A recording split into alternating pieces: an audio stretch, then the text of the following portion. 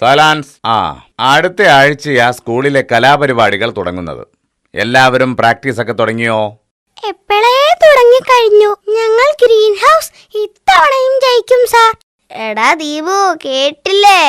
ഇത്തവണ നമ്മൾ red house എങ്ങനെയെങ്കിലും ജയിക്കണം. അവളുടെ അഹങ്കാരം ഒന്ന് തീർക്കണം. ഇത്തവണ അവളെ നമുക്ക് ഒതുക്കണം. അവളുടെ ഒരു ജോട. എന്താ അവിടെ ഒരു ബഹളം? എന്താ ടിൻഡോ? ഇത്തവണ എന്തിനൊക്കെയാ പേര് കൊടുക്കുന്നേ? എല്ലാത്തിനും ഉണ്ട് മാഷേ. ഇത്തവണ ചിലതൊക്കെ നടക്കും. ഗുഡ്. ആദ്യമായി നടക്കുന്നത് പെയിന്റിംഗ് മത്സരമാണ്.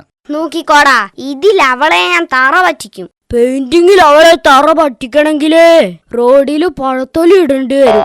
എടോ, നീ അവളുടെ വര കണ്ടിട്ടുണ്ടോ? അടിപൊളിയോ?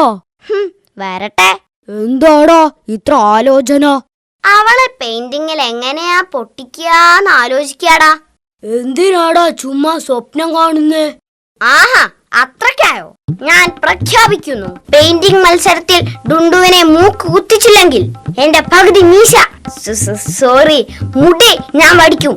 കാവിലമ്മയാണേ. ഇത് സത്യം, സത്യം, സത്യം. വേണമായിരുന്നോ ഈ പ്രഖ്യാപനം?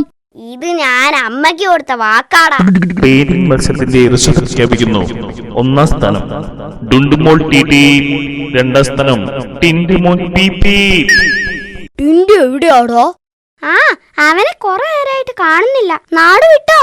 വല്ല ബാർബർ ഷോപ്പിലും കാണും. പകുതി മുടിയായി ഇപ്പൊ വരും.